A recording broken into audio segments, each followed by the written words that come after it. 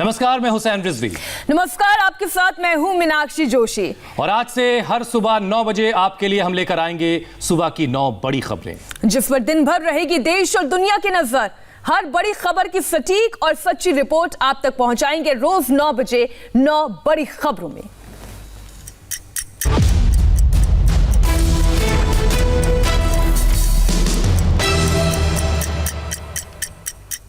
दिल्ली का अंबेडकर नगर इलाका आधी रात को गोलियों की तड़तड़ाहट से गूंज उठा। बदमाशों के साथ एनकाउंटर हुआ। एनकाउंटर में 1 लाख का इनामी बदमाश पकड़ा गया है।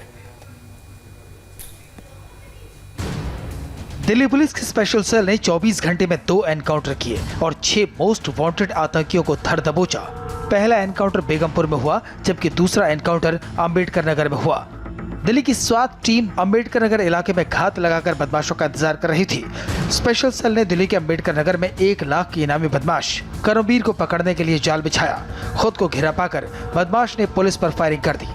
पुलिस ने भी जवाबी फायरिंग की। दोनों ओर से 11 राउंड गोलियां चली। करमवीर के दोनों पांव में गोलियां लगी, जिसके बाद उसे पकड़ लिया गया। इस एनकाउंटर में करमवीर का साथी विकास भी गिरफ्तार कर लिया गया है। पुलिस ने बदमाशों से 2 पिस्टल और 1 कार बरामद की है। स्पेशल सेल के मुताबिक तकरीबन 11 राउंड फायरिंग की गई है, जिसमें 6 राउंड स्पेशल सेल द्वारा की गई। वहीं अपने आप को बचाने के चक्कर में जो बदमाश थे, जो कि सफेद रंग की पोलो गाड़ी में सवार थे, उन्होंने भी पुलिस पर 5 राउंड फायरिंग की है। आपको बता दें कि इस पूरी घटना के बाद दिल्ली पुलिस की स्पेशल सेल ने सफेद रंग की पोलो गाड़ी में सवार दोनों ही बदमाशों को गिरफ्तार कर लिया है। अंबेडकर नगर में एनकाउंटर से पहले स्पेशल सेल ने बेगमपुर में भी एनकाउंटर किया। गुरुवार तड़के स्पेशल सेल की भिड़ंत लॉरेंस बिश्नोई काला गुजर गैंग के बदमाशों से हुई। जानकारी मिली कि 4 बदमाश किसी का मर्डर करने आ रहे हैं। स्पेशल सेल ने संदिग्ध कार का पीछा किया, जिसके बाद बदमाशों ने पुलिस पर गोलियां चलानी शुरू कर दी। जवाब में पुलिस ने भी फायर किया। दोनों तरफ से करीब 50 राउंड फायरिंग के बाद 4 बदमाशों को पकड़ा गया। पुलिस ने बदमाशों के पास से 70 कारतूस, 6 पिस्तौल और 3 बुलेट प्रूफ जैकेट बरामद की है। यूपी के हाथरस की बेटी को इंसाफ दिलाने के लिए इलाहाबाद हाई कोर्ट में कल सुनवाई है, लेकिन उससे पहले हाथरस कांड पर सियासत थमने का नाम नहीं ले रही है। परिवार के नाम पर एक संगठन ने हाई कोर्ट में एक याचिका डाली, लेकिन कोर्ट ने इस याचिका को खारिज कर दिया। सोमवार को इलाहाबाद हाईकोर्ट में हाथरस कांड पर सुनवाई होने वाली है। इस बीच ये खबर आई कि हाथरस की बेटी के परिवार ने इलाहाबाद हाईकोर्ट में याचिका दायर की है, जिसमें परिवार ने अदालत से पुलिस के पहरे से आजाद कराने की गुहार लगाई है। हैरान करने वाली खबर सामने आई तो इंडिया टीवी ने इसकी पड़ताल शुरू की। परिवार से बात की तो पता चला कि परिवार ने ऐसी कोई पिटीशन हाईकोर्ट में नहीं लगाई। आप इस सुरक्षा से मतलब संतुष्ट हैं? जो हाईकोर्ट में जो याचिका लगाई गई, आप ये कह रहे हैं कि मतलब गलत लगाई गई है? ना गलत फलत तो काउन कह दी होगी, अब जा चीज तो मैं नाम कह सकती हूँ। आप लोग पुलिस की हिरासत में तो नहीं है ना? पुलिस के कागज तो साथ में रहती है, हिरासत में तो नहीं। हाँ, मतलब हर समय हमारे पुलिस साथ में, ऐसी कोई दिक्कत ना आती। सुरक्षा है हमारी। तो आप इस सुरक्षा से संतुष्ट हैं कि और कुछ आप चाहते हैं कि सुरक्षा और बढ़ाई जाए? ना इतना ही सुरक्षा बहुत है। हमारे पीछे बहुत सी कागज है, सब है। और इस सुरक्षा से कोई दिक्कत तो नहीं हो रही आप लोगों को? अब थोड़ी दिक्कत तो जी मान लो वाहन नहीं इतनी बड़ी दे दी है इन लोगों ने। जाते बड़ी दिक्कत का और का होगी जाते, ये तो आने जाने वाले हैं, उनसे क्या बंदोबस्त किया जाएगा? अब ये है कि उनकी सुरक्षा है, वो कोई अलग कोई कहानी न बन जाए तो सुरक्षा सही लगाई है। और वो सीसीटीवी हमने देखा, सीसीटीवी लगाया गया है, बाहर भी पुलिस वाले खड़े हैं, जो भी आ रहा है उसका सब चीज डिटेल नोट किया जा रहा है। इससे तो आप लोग सुरक्षित हैं? हाँ, सुरक्षित हैं, जा चीज तो सुरक्षित है। जब हमने छानबीन की तो पता चला कि वाल्मीकि समुदाय संगठन के अखिल भारतीय वाल्मीकि महापंचायत ने हाईकोर्ट में पिटीशन फाइल की है। संगठन ने हाथरस के पीड़ित परिवार की तरफ से पिटीशन फाइल की है। पिटीशन में वादी के तौर पर लड़की की मां, पिता और भाई का नाम दिया गया। पिटीशन में कहा गया कि हाथरस के पीड़ित परिवार को जिला प्रशासन कहीं आने जाने नहीं दे रहा। दरअसल ये सारी बातें तब शुरू हुई जब स्थानीय प्रशासन ने पीड़ित परिवार की सुरक्षा बढ़ा दी। घर और गांव में सुरक्षा के लिए पुलिस की तैनाती की गई और नजर रखने के लिए सीसीटीवी कैमरे लगाए गए। हाथरस कांड के बहाने दंगे की साजिश रचने वालों पर कानून का शिकंजा कसता जा रहा है। गिरफ्तार पीएफआई मेंबर को लेकर अब और चौंकाने वाली बातें सामने आ रही हैं। आज इसकी जांच में कुछ नए खुलासे हो सकते हैं।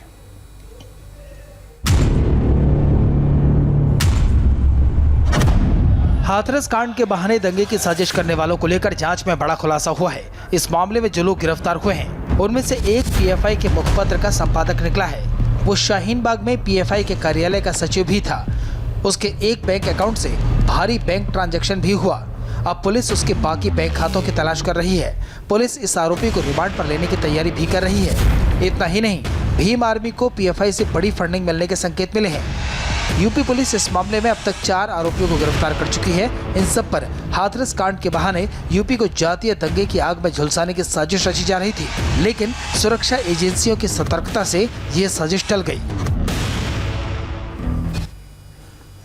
उत्तर प्रदेश के हाथरस की तरह ही छत्तीसगढ़ में भी एक लड़की के साथ रोंगटे खड़े कर देने वाली वारदात हुई है और हैरानी की बात यह है कि पुलिस 2.5 महीने तक इस केस पर आंख मूंदे बैठी थी। इंडिया टीवी पर खबर दिखाए जाने के बाद प्रशासन हरकत में आया। लापरवाही के मामले में एक पुलिस वाले को सस्पेंड कर दिया गया।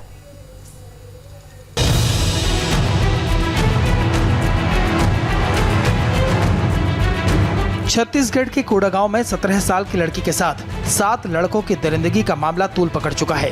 2.5 महीने के बाद पुलिस इस पर एक्टिव हुई तो राज्य की भूपेश बघेल सरकार भी एक्शन में दिख रही है।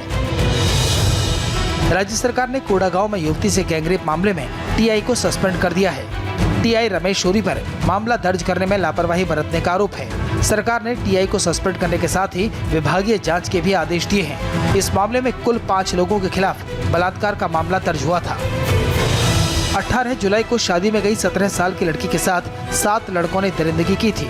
एक दिन बाद लड़की ने फांसी पर लटक कर जान दे दी। 1 बजे लान दिन हुई मैं मोला ऐसे करीन कह के ओकर मुँह घर सोए को नबर निकलते रहे कोई नहीं बतान घर के मला मैं नहीं बताम बता होते कर मार देबो कहीं। मामले को रफा दफा कर दिया गया, लेकिन करीब 3 महीने बाद जब लड़की के पिता ने खुदकुशी की कोशिश की तब जाकर ये मामला सामने आया। अब पुलिस ने लड़की के दफन लाश को निकालकर जांच शुरू की है। उम्मीद है कि छत्तीसगढ़ के कोडागांव की इस बेटी को इंसाफ मिल सकेगा। उधर राजस्थान के बाड़मेर से रेप की ऐसी वारदात सामने आई जिसने सबको झकझोर कर रख दिया है।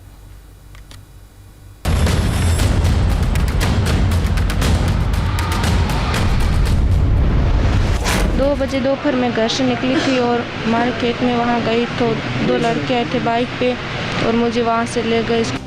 राजस्थान में पंचायत चुनाव में 3rd फेज के लिए वोटिंग हो रही थी। इस लड़की के घर के सभी सदस्य वोटिंग करने गए थे। 15 साल की बच्ची घर में अकेली थी। वो बाहर निकलकर खेत की तरफ जा रही थी, तभी 2 लड़के आए और उसे किडनैप करके ले गए। आरोप है कि एक आरोपी ने उसके साथ रेप किया, जबकि दूसरे ने वीडियो बनाया।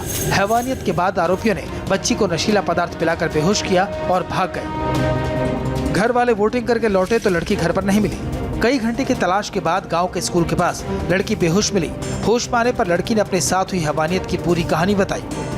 2 बजे दोपहर में घर से निकली थी और हमारे खेत में वहाँ गई तो 2 लड़के आए थे बाइक पे और मुझे वहाँ से ले गए स्कूल के पीछे। और मैं नहीं जाना चाहती थी, मुझे ज़बरदस्त वहाँ से ले गए और स्कूल के पीछे ले गए और मेरा मुंह भी बांध लिया था। मैंने जब चिल्लाने की कोशिश की, छुड़वाने की, तो मेरा मुंह बांध लिया था। और लड़के कौन थे वो मैं नहीं जानती, मुझे जान पहचान नहीं है उनकी, कौन थे वो कुछ पता नहीं है। उनको कभी गांव में देखा आपने? नहीं, कभी बाहर के लोग थे? हाँ, बाहर के थे। आपको कुछ खिलाया, उन्होंने पिलाया ऐसा कुछ? जाते वक्त मुझे कुछ पिला दिया और मुझे कुछ पता भी नहीं चला कि क्या पिलाया। और जाते वक्त वारदात राजस्थान बाड़मेर के शिवगांव की है। पुलिस ने एक आरोपी को गिरफ्तार किया है। पीड़िता के घर इसका आना जाना था, ये उससे परिचित था। तो जब घर में कोई भी नहीं था तो उसका फायदा उठा करके इसने उसको बहलाया फुसलाया और कोई बहाने से ये उसको अपने साथ ले गया। ले जाकर के उसने इसके साथ दुष्कर्म किया। बाड़मेर पुलिस ये भी दावा कर रही है कि गैंगरेप नहीं बल्कि रेप का मामला है। उनकी जांच में एक ही आरोपी के वारदात में शामिल होने की बात सामने आई है, लेकिन एफआईआर में 2 लोगों का जिक्र है, इसलिए दूसरे आरोपी की तलाश की जा रही है। पश्चिम बंगाल में सियासी हिंसा को लेकर जबरदस्त बवाल चल रहा है। बीजेपी ने ममता सरकार और पुलिस के खिलाफ हल्ला बोल दिया है। आज एक बार फिर अपने नेता की हत्या की सीबीआई से जांच कराने की मांग पर बीजेपी थाने का घेराव करने वाली है। राजनीतिक हिंसा के खिलाफ कोलकाता और हावड़ा में प्रदर्शन के दौरान गुरुवार को बीजेपी वर्कर्स और पुलिस के बीच जो भिड़ंत हुई, उसका असर आज भी बंगाल में देखने को मिल सकता है। आज भी कोलकाता और हावड़ा समेत बंगाल के कई जिलों में बीजेपी जोरदार विरोध प्रदर्शन कर सकती है। पुलिस ने कल बीजेपी कार्यकर्ताओं पर जमकर लाठियां बरसाई, वाटर कैनन का इस्तेमाल किया, आंसू गैस के गोले दागे थे, जिसमें बीजेपी के कई कार्यकर्ता घायल हो गए। बंगाल में पुलिस की इस कार्रवाई की गूंज दिल्ली तक सुनाई दी। केंद्रीय मंत्री रविशंकर प्रसाद ने कहा कि बंगाल में तानाशाही है, लोकतंत्र नहीं। बंगाल में लोकतंत्र नहीं है। वहां जो भी विरोध करता है या तो केस में फंसाते हैं या फिर शासन के द्वारा तंग किया जाता है या फिर हत्या की स्थिति भी आ जाती है। पुलिस कार्रवाई से गुस्साए बीजेपी कार्यकर्ताओं ने भी जवाबी कार्रवाई करते हुए आगजनी की और गाड़ियों के टायर जला दिए। बीजेपी कार्यकर्ता मुख्यमंत्री के ऑफिस की तरफ बढ़ने की कोशिश कर रहे थे। उत्तर 24 परगना के बीजेपी नेता मनीष शुक्ला की हत्या के सिलसिले में पुलिस ने तीसरे आरोपी को गिरफ्तार किया है। आज इस मुद्दे पर एक बार फिर बंगाल में हंगामे के आसार हैं। केंद्रीय मंत्री रामविलास पासवान का 74 साल की उम्र में निधन हो गया है। कल पटना में उनका अंतिम संस्कार किया जाएगा। 74 साल के रामविलास पासवान की कुछ दिनों पहले दिल्ली के एस्कॉर्ट हॉस्पिटल में हार्ट सर्जरी हुई थी। कल उनकी तबीयत अचानक खराब हुई और शाम 6:05 पर उन्होंने अंतिम सांस ली। पासवान पिछले 6 साल से मोदी सरकार में खाद्य आपूर्ति मंत्रालय का कामकाज संभाल रहे थे। अपने सहयोगी के जाने के बाद प्रधानमंत्री नरेंद्र मोदी ने दुख जताया। पीएम ने ट्वीट करके लिखा, दुख बयान करने के लिए शब्द नहीं है। देश में ऐसा शून्य पैदा हुआ है जो शायद कभी नहीं भरेगा। पासवान जी का निधन मेरे लिए व्यक्तिगत क्षति है। पासवान ने अपनी सियासी करियर में 11 चुनाव लड़े, जिनमें से 9 जीतने में कामयाब रहे। उन्होंने 6 प्रधानमंत्रियों के साथ काम किया। वीपी सिंह, एचडी देवेगौड़ा, इंद्र कुमार गुजराल, अटल बिहारी वाजपेयी, मनमोहन सिंह और नरेंद्र मोदी के मंत्रिमंडल में शामिल रहे। रामविलास पासवान के सम्मान में आज राजकीय शोक की घोषणा की गई है। उनके सम्मान में आज सभी राज्यों और केंद्र शासित प्रदेशों की राजधानियों में तिरंगा आधा झुका रहेगा। पासवान का पार्थिव शरीर आज सुबह 10 बजे दिल्ली में उनके आवास पर अंतिम दर्शन के लिए रखा जाएगा। उसके बाद उनके पार्थिव शरीर को पटना ले जाया जाएगा, जहां पूरे राजकीय सम्मान के साथ उनका अंतिम संस्कार होगा। वहीं इस बीच एलजेपी ने बीजेपी से अपने मुख्यमंत्री का उम्मीदवार प्रोजेक्ट करने की बात कहकर जेडीयू खेमे में खलबली मचा दी है। बिहार में चुनावी सरगर्मी के बीच एलजेपी चीफ चिराग पासवान के नए दांव से जेडीयू के खेमे में खलबली मच गई है। सूत्रों के माने तो चिराग पासवान ने बीजेपी से अपील की है कि वो मुख्यमंत्री पद के लिए अपने किसी नेता को प्रोजेक्ट करें। चिराग ने अपील बीजेपी अध्यक्ष जेपी नड्डा से की है। चिराग का कहना है कि बिहार में नीतीश सरकार के खिलाफ काफी गुस्सा है और एनडीए बिहार में चुनाव हार भी सकता है। चिराग के इस दांव पर आज बिहार में जबरदस्त प्रतिक्रिया देखी जा सकती है। इस बीच एलजेपी की पहली लिस्ट में 42 उम्मीदवारों के नाम जारी किए गए हैं। एलजेपी की पहली लिस्ट में मौका पाने वाले नेताओं में दलित के साथ साथ सवर्ण नेताओं की भी भरमार है। खास बात यह है कि पार्टी ने बीजेपी और जेडीयू से आए कई बड़े नेताओं को टिकट दिया है। इसके अलावा 9 महिलाओं को भी टिकट दिया गया है। एलजेपी ने अपने ज्यादातर जिला अध्यक्षों को चुनावों में किस्मत आजमाने का मौका दिया है। दिल्ली के आसपास किसान पराली जलाने में लगे हैं, जिससे राजधानी की आबोहवा लगातार खराब हो रही है। आज इसके और प्रदूषित होने का खतरा ज्यादा है। हरियाणा और पंजाब में पराली जलने लगी है और दिल्ली की हवा खराब होने लगी है। आज सुबह दिल्ली का एयर क्वालिटी इंडेक्स 246 था, जो कि खराब की श्रेणी में आता है।